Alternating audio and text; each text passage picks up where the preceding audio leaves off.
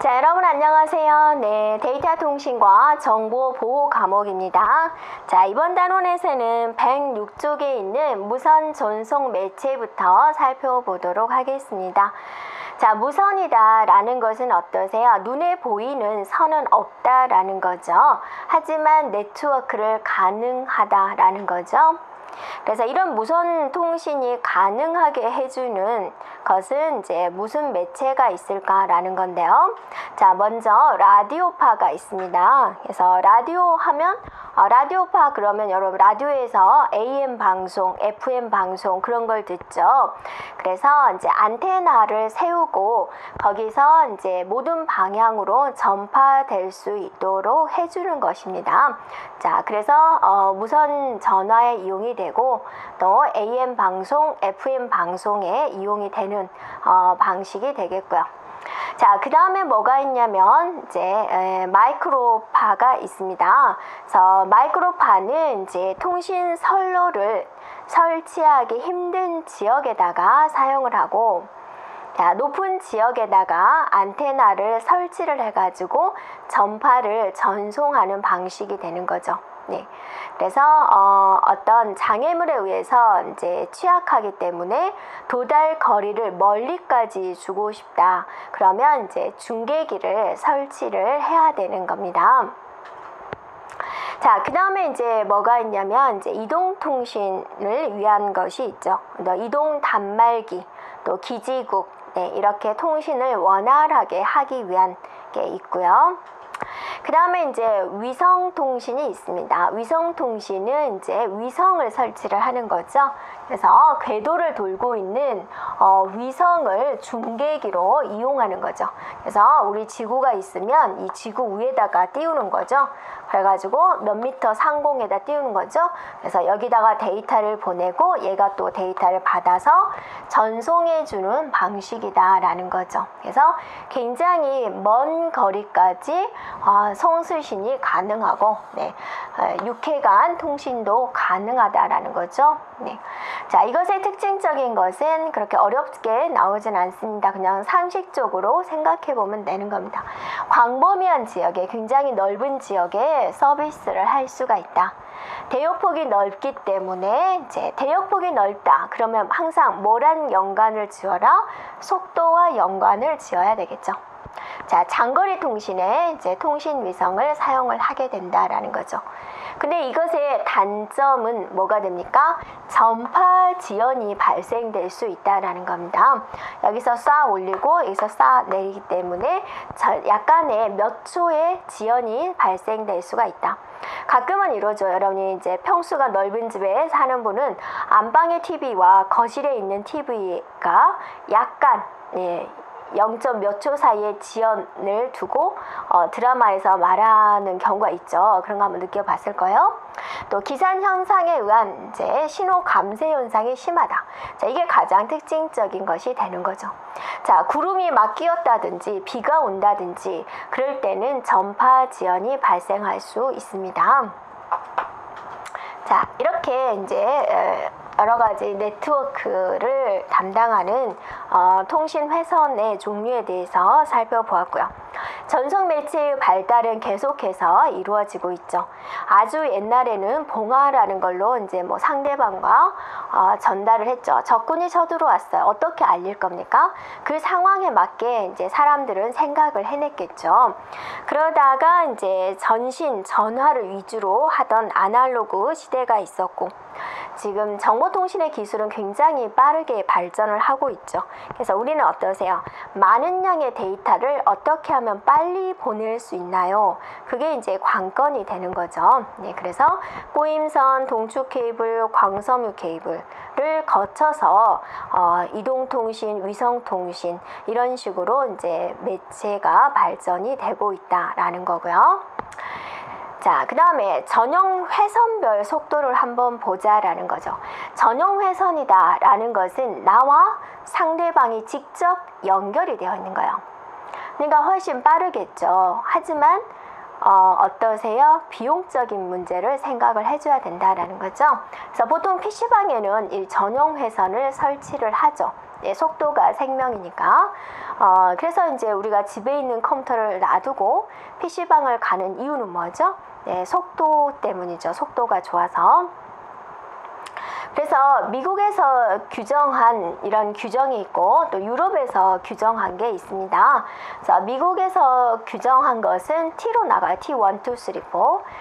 유럽에서 기준을 잡은 것은 E 1, 2, 3, 4로 나갑니다. 그래서 E1은 2메가, E2는 8메가 이런 식으로 E3는 34메가, E4는 139메가 이렇게 나간다 그거죠. 또 T1은 1메가, T2는 6메가, T3는 44메가, T4는 274메가로 규정을 해놨어요. 가끔씩 PC방 간판에 보면 E5, E2, 뭐 E1 이렇게 간판에다가 적어 놓는 경우도 있죠. 저게 무슨 뜻일까? 네, 그죠? 속도. 우리는 이런 전용 회선 설치했다라고 이제 자랑을 하는 거죠. 네, 비용이 굉장히 큽니다. 네. 여러분은 이제 한 달에 인터넷 사용료가 이제 10,000단위잖아요. 근데 얘는 몇십만 원 단위가 되는 거고 높은 것은 또 몇백만 원 단위가 됩니다. 그러니까 딱 한 번만 내는 거 아니죠? 매달 내는 거죠. 자, 그 다음에 이제 뭐가 있냐면 이제 통신 제어 장치가 있어요. 통신, 커뮤니케이션, 제어, 컨트롤, 유닛 해가지고 CCU다라는 명칭을 붙여줍니다. 그래서 통신 제어 장치는 여러분이 A라는 컴퓨터에서 그래서 통신 회선을 거쳐서 상대방 컴퓨터에 들어가기 전에 여기서 제어 장치를 거치게 되는 거죠. 말 그대로 제어한다 그죠. 뭘 제어하나요? 제어할 게 너무 많아요. 그죠? 전송 제어, 뭐 교환 접속 제어, 통신 방식 제어, 경로 설정, 자 굉장히 많은 제어를 하게 됩니다. 하여튼 통신 제어 장치는 우리가 뭐라 그런다? CCU라고 한다라는 거죠. 예를 들어서 여러분 이렇게 봅시다. 내가 말한 문장이 이 하나의 덩어리예요. 길어요. 이 덩어리가 한 방에 가지 않습니다. 자, 그러면 잘게 쪼개요 이렇게. 그리고 자 1, 2, 3, 4 조각을 쪼개가지고 너는 회선이 많이 있어. 너는 2회선 타, 너는 2회선 타 이렇게 보냈다 그거죠. 그럼 도착하는 지점에서 순서를 정해줘야죠. 이제 얘네들이 꼭 1, 2, 3, 4 순서대로 도착하라는 법은 없죠. 자, 여러분이 자동차 4대가 서울에서부터 짐을 싣고 가는데 조립품이에요. 그죠? 그래서 저기 부산에 도착을 해야 되는데 1 도착하고 2 도착하고 3 도착하고 4 도착하면 편하죠. 네. 근데 그렇게 도착하지 않을 수도 있다라는 거죠. 그러면 이 시점에서 상대방 집에 들어가기 전에 1, 2, 3, 4로 이렇게 순서대로 조립해주는 이런 과정이 필요할 것이다. 이런 것들도 CCU가 담당을 한다라는 거죠. 그래서 이런 제어장치, 통신 제어장치 보면 되겠습니다. 자, 이제 그 뒤에가 중요해요. 또 계산 문제가 이제 나오게 됩니다. 자, 신호를 나타내는 이제 단위가 BPS라는 단위와 보라는 단위가 있어요. 네. 자, 여러분이 잘 생각해 주면 BPS는 디지털에 대한 신호 변환이고 보는 아날로그에 대한 신호입니다. 자, 우리가 아날로그부터 디지털까지 이렇게 발전을 했죠. 그래서 디지털과 아날로그의 변환 관계식이 있습니다. 네, 그래서 BPS는 보 곱하기 신호당 전송 비트예요. 자, 이거를 여러분이 이제 암기를 해주면 되는데, 물론 이해가 된 다음에 암기를 해야 되겠죠. 네. 자, 왜 이런 공식이 나왔을까? 우리가 살펴보도록 하고요. 자, 보라는 것은 디지털 신호 몇 개를 받아가지고 아날로그 신호를 만드는 겁니다.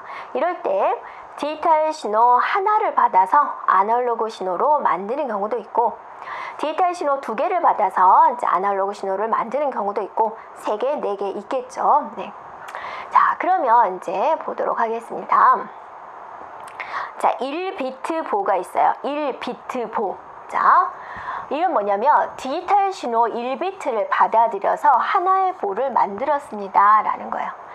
그래서 이거를 영어로 모노비트다라고 합니다. 이거 다 기억을 해줘야 돼요. 네. 1비트 보입니다. 그렇게 말하기도 하고 모노비트 방식입니다. 그렇게도 나와요. 이 말이 무슨 뜻이냐? 비트 한 개로 아날로그 신호를 만들고 그러면 총 두 가지의 종류 신호가 만들어진다. 총 두 가지 신호가 만들어지기 때문에 이 위상이라고 그런다. 자, 여기까지 기억을 해줘야 돼. 이 뜻을. 자, 1비트 보입니다. 모노비트입니다. 이 위상입니다. 다 같은 말이에요. 네. 그럼 얘가 도대체 무슨 뜻이냐? 자, 1비트 보를 한번 볼까요? 1비트는 자, 비트 하나를 가지고 나올 수 있는 거 0과 1이죠. 그러니까 내가 0은 아날로그를 이렇게 그려야지 1은 아날로그 신호를 이렇게 그려야지 종류를 두 가지를 만들 수 있다라는 거죠. 그래서 예를 들어서 데이터가 이렇게 들어왔다라고 하는 거죠. 이렇게. 자, 1이고 0이고 1이고 0이에요. 이렇게. 그러면 얘는 아날로그 이런 식으로 크고 넓고 이런 식으로 구현을 한다라는 거죠. 네. 그래서 이 하나당 아날로그 신호 총 몇 가지가 나올 수가 있다? 두 가지의 신호 종류가 나올 수가 있다라는 거죠. 네. 이거를 우리는 뭐라 그래요? 이 위상이라고 한다라는 거죠. 됐나요? 네. 자, 그 다음에 2비트 보를 보겠습니다. 2비트 보는 비트 두 개를 거치는 거죠. 그럼 나올 수 있는 게 01, 10, 11 이렇게 나올 수 있겠네요. 근데 00은 내가 이렇게 해야지, 01은 이렇게 해야지, 10은 이렇게 해야지, 11은 이렇게 해야지 나름대로 신호를 정해 놓은 거예요. 그래서 예를 들어서 데이터가 00, 01, 10, 11 이렇게 나왔다. 그럼 자기가 두 개씩 묶어요. 이렇게 두 개씩 묶어가지고 그럼 네 가지가 나오는 거죠. 그래서 이렇게 이런 식으로 표현하는 거죠. 그래서 2비트가 나왔을 때는 총 뭐라 그러죠? 4위상이다라고 하는 거죠. 네, 되겠나요? 그럼 3비트가 나왔다. 3비트는 비트 3개니까 8가지가 나올 수가 있겠네요. 그래서 8위상이라고 한다. 자, 4비트는 비트 4개로 만드니까 16가지가 나올 수가 있겠네요. 그래서 그거를 16위상이라고 한다. 자, 그럼 연결시켜 볼게요. 중요한 개념입니다. 자, 2비트 보는 우리가 D비트라고 이야기를 해요. 그래서 2비트니까 D비트니까 몇 가지? 4가지. 그래서 4위상이라고 한다. 자, 3비트는 우리가 트리비트 해가지고 8위상이라고 한다.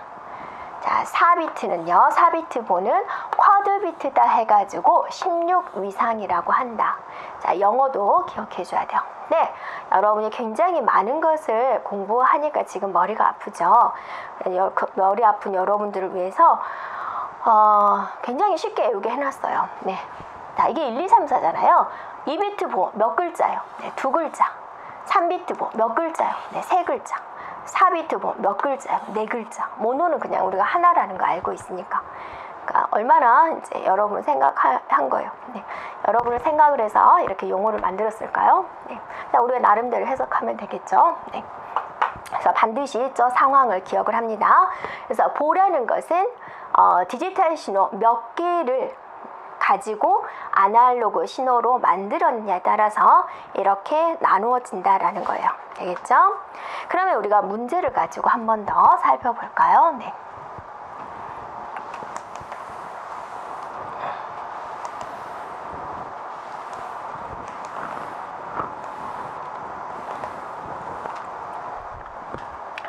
육보다 그랬습니다. 육보. 네. D비트 방식이다. 몇 bps냐 그랬어요. 그러면 자, 6 보니까 보가 몇 개가 있다 그거요. 얘가 6개의 덩어리가 있어요 라는 거죠. 6개. 그죠? 근데 D비트 방식이다. D비트 방식이다 라는 건 뭐죠? 아날로그 신호 2개를 모여서 내가 하나의 디지털 신호 2개를 모여서 아날로그 신호 1개를 만들었다 그거죠. 그러니까 여기는 6보라는 것은 이제 알려줬어라는 거죠. 그럼 이제 여기가 몇 개냐라는 거죠. 그럼 이거 개수 알려면 어떻게 해주면 돼요? 6 곱하기 2를 하면 되는 거죠. 이렇게 됐나요? 네, 그래서 정답은 뭐다? 6보 곱하기 2를 해서 12bps가 된다. 이렇게 구현이 되겠죠. 물론 여러분이 앞에 있는 공식을 이용을 해서 문제 읽자마자 bps는 보 곱하기 신호단 비트수라 그랬지. 그래서 6 곱하기 2 해서 12 그렇게 대답을 해도 되죠. 이제 문장을 이해를 해보자 그거죠. 자, 이거는 뭐겠습니까? 단위가 조금 커졌죠. 2400보다 그랬습니다. 자, 여기가 보가 몇 개가 있느냐? 여기가 2400개가 있다 그거죠. 2400개의 보가 있는데 트리비트 방식이다. 트리는 3개잖아요. 이 하나의 아날로그 신호를 만들기 위해서 디지털 신호 몇 가지를 썼다. 3개를 썼다라는 거죠. 이렇게. 그러니까 얘는 몇 개가 되나요? 2400 곱하기 3 하면 답이 나온다라는 거죠. 그래서 2400보 곱하기 3을 해서 7200 bps다 라는 값이 나오게 되는 거죠. 그래서 여기가 트리비트입니다 라고도 나올 수가 있지만 8 이상입니다 그렇게도 문제가 나올 수가 있다라는 거예요. 자, 9600보의 변조 속도를 갖는 모뎀에서 2개의 비트가 신호로 변조되었다. 신호 속도는 얼마냐 그랬어요. 그럼 얘도 똑같죠. 네. 이 보라는 것이 9600이 있다 그죠? 9600개의 보가 있어요. 근데 2개의 비트를 이용을 했대잖아요. 이거 하나당 비트가 2개가 사용이 됐다. 이것의 개수는 9600 곱하기 2를 하면 답이 되죠. 그래서 9600 곱하기 2를 했어요. 19200 bps가 되는 거죠. 됐나요? 자, 여러분 계산할 수 있겠죠? 자, 이 계산 방식 반드시 알고 있어야 됩니다.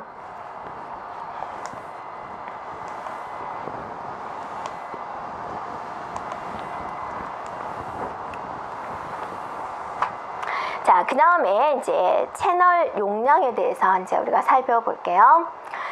자, 채널 용량이라는 것은 무엇이냐면 이제 사용된 전송 매체가 단위 시간당 최대로 수용할 수 있는 정보량, 통신할 수 있는 정보량을 이제 채널 용량이다라는 용어를 쓴 거예요.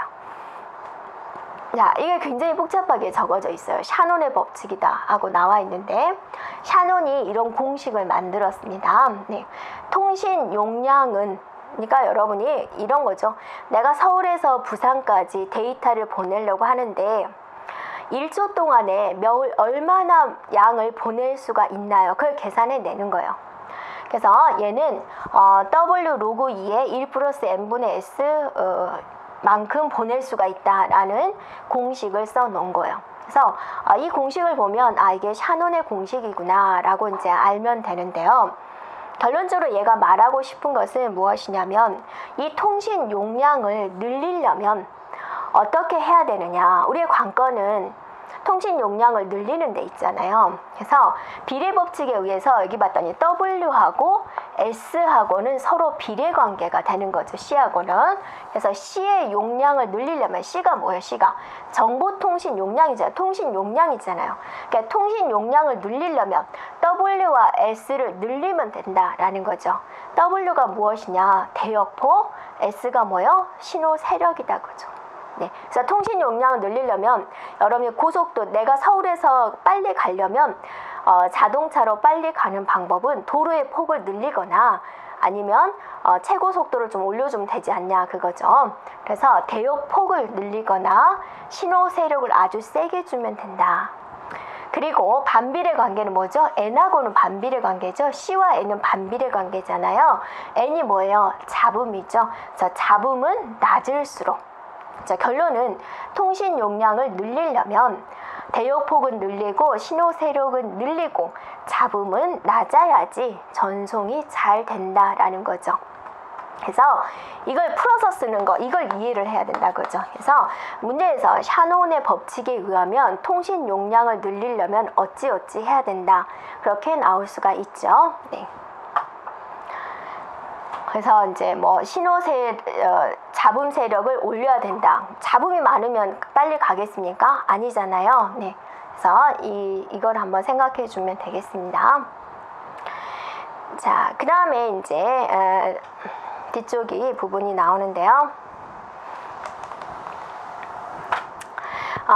이제 데이터 전송 기술 중에서 이제 용어적인 문제를 우리가 한번 살펴보도록 하겠습니다. 자, 주파수다라는 이야기가 나와요. 그래서 주파수라는 것은 무엇이냐면 단위 시간에 몇 개의 주기, 즉 몇 개의 파형이 반복되었는가를 나타내는 단위고 헬츠라고 한다 그거죠. 자, 볼까요? 자, 여러분 이걸 한번 볼까요? 네, 예를 들어서 1초 단위로 끊어보세요. 이걸 볼까요? 네. 여기까지가 1초예요. 여기까지가 1초예요. 그럼 1초 동안 얘는 몇 번 반복됐어요? 이 모양이 몇 번 반복됐죠? 3번 반복됐죠? 그래서 3번 주기가 일어났어요. 자, 여기서부터 여기까지를 뭐라 그러냐? 하나의 주기라고 한다는 거죠. 그러니까 3번 주기가 1초 동안에 3번의 주기가 일어났어요. 그럼 우리는 얘를 이거는 주파수가 3이군요 라고 이야기를 하는 거예요. 그래서 3Hz군요 라고 이야기를 한다라는 거죠. 이게 헬즈, 주파수의 단위가 된다 그죠. 10Hz다. 네, 10Hz다. 그러면 1초 동안에 10번, 1초 동안 10번 반복이 일어났군요 라고 알 수가 있다라는 거죠. 네, 됐습니까? 자, 그 다음에 또 하나 여러분이 헷갈리는 문제가 잘 생각해 보세요. 자, 여기가 1초예요. 그래서 한 번, 네. 자, 2번, 네. 또 3번, 네, 4번 이렇게 일어났다 그죠. 그럼 얘는 몇 헬츠가 되는 거죠? 그죠, 4헬츠가 되는 거죠. 왜? 왜냐하면 1초 동안에 4번의 주기가 일어났으니까. 됐죠? 여기가 몇 초인 것? 1초인 것. 됐죠? 그럼 이 한 주기는 몇 초가 걸렸나요? 4로 쪼개면 되죠. 그래서 주기는 어떻게 구한다? 주파수 분의 1로 구한다. 즉 여기 같은 경우는 4분의 1이다 라고 말을 할 수가 있겠죠. 자, 관계식 잘 생각하세요. 주파수와 주기의 관계식입니다.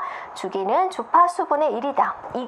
이거를 하나의 주기라고 그러고 1초 동안에 몇 번 반복됐느냐, 그거를 주파수라고 한다라는 거죠. 네. 그래서 주파수는 주기분의 1, 주기는 주파수분의 1이라는 공식이 있는 거죠. 그러면 이제 이것과 이걸 보세요. 자, 여기도 여기서부터 여기까지가 1초예요. 자, 얘도 여기서부터 여기까지가 1초예요. 자, 얘는 주기가 몇 번 일어났어요? 3이에요. 얘는요, 1번, 2번, 3번, 4번, 5, 6번. 자, 어떤 게 더 많죠? 이게 더 많죠. 그래서 얘는 3Hz, 얘는 9Hz. 그래서 얘를 뭐라 그래요? 저주파다라는, 저주받은 파가 아니죠? 저주파다. 자, 얘는 주파수가 높으니까 고주파다라고 이야기를 하는 거죠. 되겠나요? 그래서 저주파에 대한 개념, 고주파에 대한 개념 알겠죠? 네. 그럼 저주파는 1초 동안에 3번밖에 안 일어나니까 어때요? 적게 보낸다라는 거죠. 일단 속도가 느리다라는 거죠. 저속 전송이다. 얘는 빠르잖아요. 1초 동안 6번이나 팔딱거리잖아요. 그러니까 고속 전송이다. 네. 그래서 얘는 전송거리가 짧을 경우, 전송거리가 길 경우 그렇게 이용이 된다라는 거고요. 그 다음에 또 용어가 나오는데요. 이제 우리가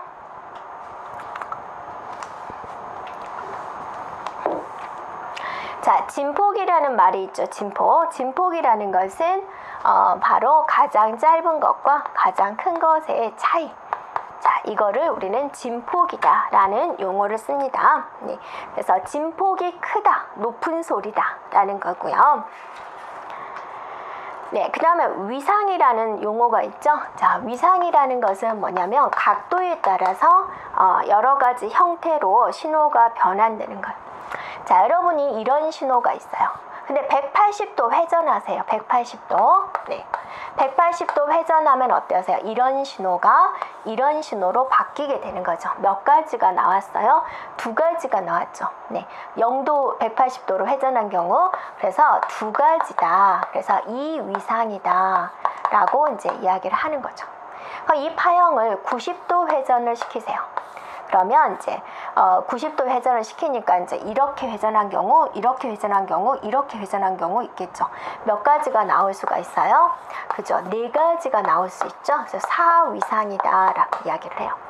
자, 45도 회전을 시키고 싶어요. 그러면 여기서 이렇게 나누어지겠죠. 45도니까 몇 가지가 나올 수 있어요? 8가지.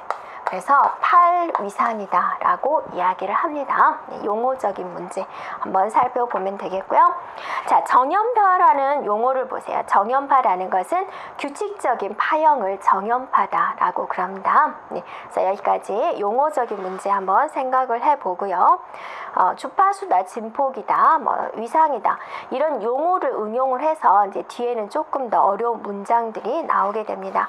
그 다음에 보와 BPS에 대한 관계식 샤논의 정리해서 통신 용량을 늘리려면 어떻게 해야 되는지 자 그렇게 기억하면 되겠습니다. 자, 오늘 이번에는 여기까지 하고요. 다음 단원에서는 이제 정보 전송 형태에 대해서 살펴보도록 하겠습니다. 여러분 수고하셨습니다.